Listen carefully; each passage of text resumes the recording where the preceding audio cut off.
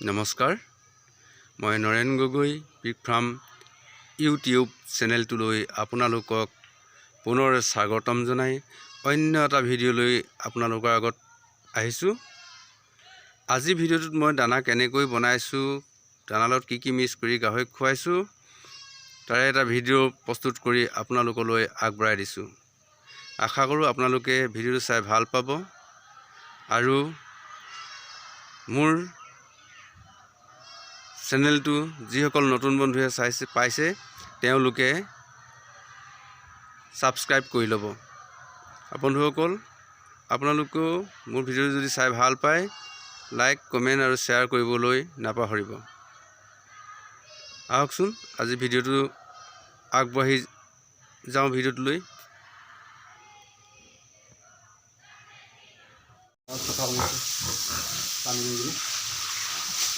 আহক। প্ৰথমতে গঁৰালটো ভালকৈ পানী মাৰি চফা কৰি লওঁ, তাৰপিছত কেনেকৈ দানা সিজাইছোঁ মই আপোনালোকক দেখুৱাই আছোঁ।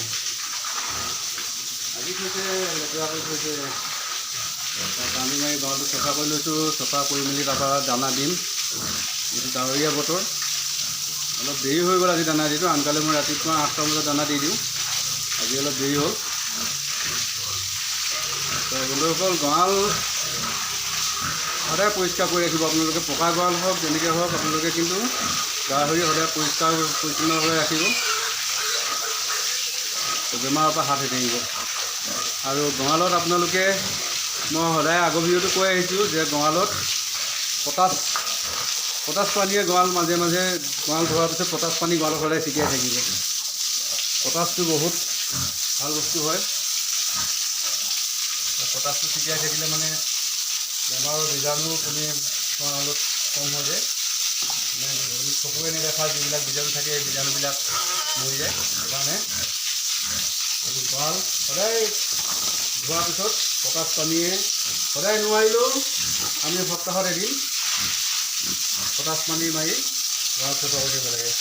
মই দেখুৱাই দিছোঁ আপোনালোকক। এতিয়া গাহৰিকেইটা মই দেখুৱাই দিম এবাৰ আপোনালোকক। গাহৰিকেইটা মই কেনেদৰে থৈছোঁ, কেনেকৈ আছে চব সেইদৰে দেখিছে। এইকেইটা এইটো হ'ল হাইলীয়া টাইপ হয়। এটা আশাৰ কাম নহ'ব ইয়াত। এতিয়া বিকিব লাগিব। বিকি আগে পাউল কেইটা বিক্ৰী কৰি দিম চব। এইটো পাখা থৈছোঁ, এইটো বৰ থৈছোঁ আপোনাৰ। নিজে গঁৰালটো চফা কৰিছোঁ, ভাজি থৈছোঁ। দেখিছোঁ কিমানখিনি আহি আছে, একদম ভাজি থৈছোঁ।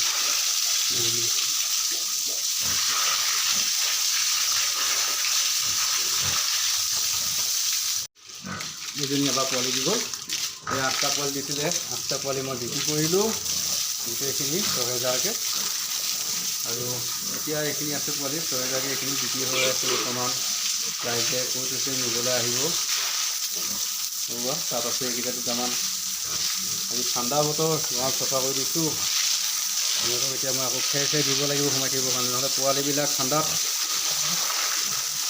ডায়েৰিয়া হোৱা চান্স থাকে। পোৱালি হাগিব, যিহেতু আকৌ গাখীৰ খাই আছে পোৱালি। সেইকাৰণে গাহৰি পোৱালি সদায় পোৱালি দিয়াৰ পিছত আপোনালোকৰ কথাটো কৈছোঁ, পোৱালি দিয়াৰ পিছত আপোনালোকে পোৱালিখিনি কিন্তু ঠাণ্ডাৰ পৰা বচাই ৰাখিব। যিহেতু ঠাণ্ডা দিনত পোৱালি দিলে মানে ঠাণ্ডাৰ পৰা সদায় বচাব।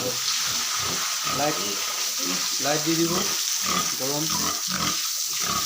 মাকে ঢুকি নোপোৱাকৈ লাইট দি দিব। লাইটৰ গৰমত পোৱালি থাকিব দিব। আৰু যদি সুবিধা হয় খেৰ দিব, সিহঁতি খেৰত ধুনীয়াকৈ সোমাই থাকিব তেতিয়া। নহ'লে ঠাণ্ডাত পোৱালি আপোনাৰ হাগনি বেমাৰ হয়, যিহেতু ডায়েৰিয়া নিচিনা হয়। পোৱালি গাখীৰ খাই থকা পোৱালি হাগিলে মানে বহুত দিগদাৰ হয় কিন্তু পিছত। সেইকাৰণে সদায় পোৱালি যতন ল'ব, পোৱালিক আপডাল কৰি ৰাখিব। তেতিয়া লাভ, নহ'লে কিন্তু লোকচান হোৱাৰ সম্ভাৱনা থাকে। সেইকাৰণে পোৱালি সদায় আপডাল কৰিব লাগিব। পোৱালি ঐ কেলৈ কামুৰিছে এডাল? চাওক, পাইপডাল কামুৰি সিহঁতি লৈ যাব বিচাৰিছে। ক'লৈ নিছ? বৰ্তমান দেখিছেনে কামুৰি কেনে পাইপডাল লৈ গৈছে। মই পানী মাৰি আছোঁ। ঐ দেখিছেনে? দেখিছে দেখিছেনে কিমান গেজু কৰে? পানী মাৰিবৰ সময়ত গেজু কৰি থাকে। এনেদৰে মই পানী মাৰি গঁৰালটো চফা কৰি লৈছোঁ আৰু এতিয়া চফা কৰি হৈ যোৱাৰ পিছত কাম বঢ়াই দিছোঁ মই আপোনালোকলৈ আগবাঢ়িছোঁ দানা হেৰি আহকচোন। এতিয়া কল পচলা কুটি লওঁ। কলগছ কাটিছোঁ, এনেকৈ খুৱাই আছোঁ গাহৰিক। এইদিনা কলগছ নোখোৱালেও উপায় নাই, কচু পাবলৈ নাই, ছিজনটো নাই, এতিয়া কচু ছিজন নহয়, সেইকাৰণে কলগছকে কুটি দিছোঁ। এজোপা কলজোপা অলপ বেলেগ কল হয়, বাকীবোৰ কলতকৈ কলগছজোপা অলপ কোমল হয়। এজোপা গাহৰিয়ে খাবলৈ ভাল পায়, এজোপা কলত ইমান জাবৰ নোলায়। কিন্তু ভীমকল হয়, তথাপি গছজোপা কোমল। এজোপা মানুহে পচলা খাবলৈ এয়া পুলিকেইটা বহুত ভাল হয়, কোমল হয়, আঁহ কম থাকে, আৰামত কাটিব পাৰি ধুনীয়াকৈ। আপোনালোকে কেনেকৈ দানা খুৱাই আছে এতিয়া জনাবচোন, থলুৱাভাৱে নে কমাৰ্চিয়েল ফিডটোৱে খুৱাই আছে আপোনালোকে। মই কিন্তু কমাৰ্চিয়েল ফিডটো খোৱা নাই, মই এনেদৰেই আজি খুৱাই আছোঁ। যিমান দিন হ'ল গাহৰি পুহি আছোঁ এনেকৈ খুৱাই আছোঁ। কষ্ট কৰিছোঁ, অলপ কষ্ট হয় এনেকৈ, তথাপিও কম খৰচাত কৰিবলৈ চেষ্টা কৰি আছোঁ। যিহেতু কলগছ চলগছ পাওঁ খুৱাবৰ কাৰণে, কাটি আনিবৰ কাৰণে, সেইকাৰণে কলগছকে কাটি দানাত মিলাই দিছোঁ।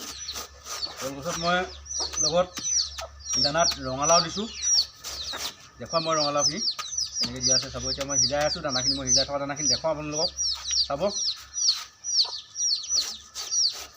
কুকুৰা দুজনীমান আছে, দেখিছেনে কল পচলা খাইছেহি আহি। সিহঁতকো সেই গাহৰিলৈ সিজোৱা দানা খুৱাই খুৱাই অভ্যাস হ'ল। সেই কুকুৰাকেইজনীও আহি সেই কল পচলা খায়, কচু খায়, কৰি দিলে মানে বেছি ভাল হয়, গাহৰি খাবলৈও ভাল পায়।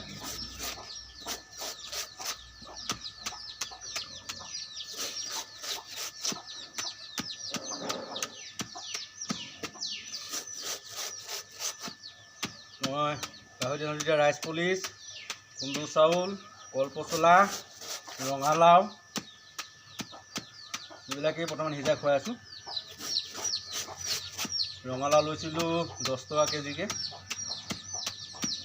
মই আগৰ ভিডিঅ'টো আপোনালোকক দেখুৱাইছিলোঁ ৰঙালাওখিনি, এতিয়া শেষ হ'ল ৰঙালাও, আকৌ আনিব লাগিব। আজিৰ কাৰণে হ'বগৈ আৰু যেন তেনে।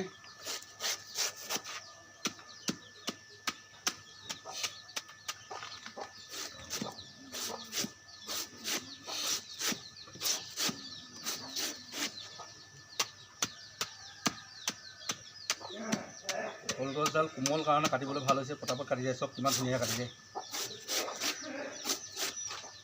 দাখনো চোকা বাৰু, দাখনো ঘোদা নহয়, দাখনো ধুনীয়া ধাৰ হৈ আছে, সেইকাৰণে কাটিবলৈ ভাল, কোমল।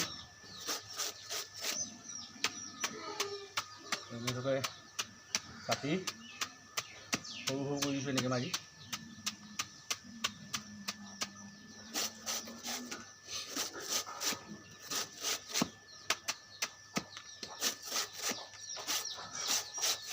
বন্ধুসকল, আপোনালোকে কেনেদৰে খুৱাইছে, মই এনেদৰে খুৱাই আছোঁ আৰু দেখিছে নহয়। এয়া কলগছ, কল পচলা কাটি কাটি গাহৰি খুৱাইছোঁ আৰু। এতিয়া আকৌ শুনিছোঁ বোলে গাহৰি মাংস বোলে 800 টকা কেজি হ'ব। তেতিয়াতো মনটো আৰু অলপ ভাল লাগিছে, কাৰণ কেলৈ কষ্টটো অথলে নাযায় আৰু। যিমানখিনি কষ্ট হৈছে সেই কষ্টটো মানে অলপমান কষ্ট কৰা যেন অনুভৱ নহ'ব আৰু। যিহেতু যদি সঁচাকৈ দাম বাঢ়ে তো কষ্টৰ মূলটো পাম আৰু, এইবুলি আৰু। সেইকাৰণে এতিয়া আজি অলপমান বেছি খৰধৰ কৰিছোঁ আৰু।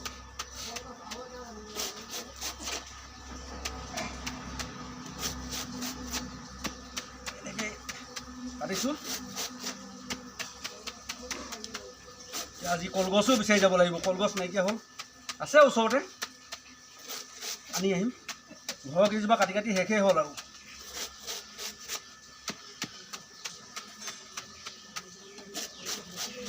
এইদৰে কাটিছোঁ হ'ব বেছি দিব নালাগে ৰঙালাও দিয়া আছে যিহেতু চাউল দিয়া আছে এতিয়া মই এইখিনি অকল দেখুৱাই দিছোঁ চাই থাকক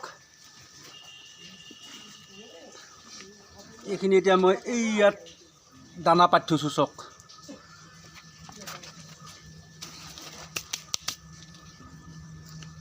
এইয়া দানা পাতি থৈছোঁ দেখিছে কেৰাহীখন পাতি থৈছোঁ এতিয়া সেই কেৰাহীখনত মই কল পচলাখিনি দি দিম এইখিনি ইয়াত মই দি দিছোঁ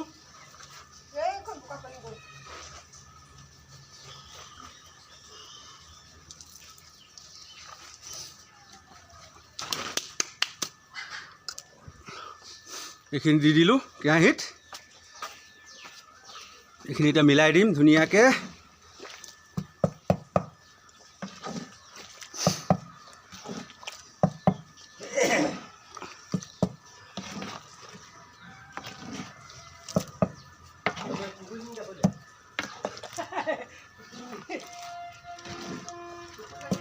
ইয়াত দি দিলোঁ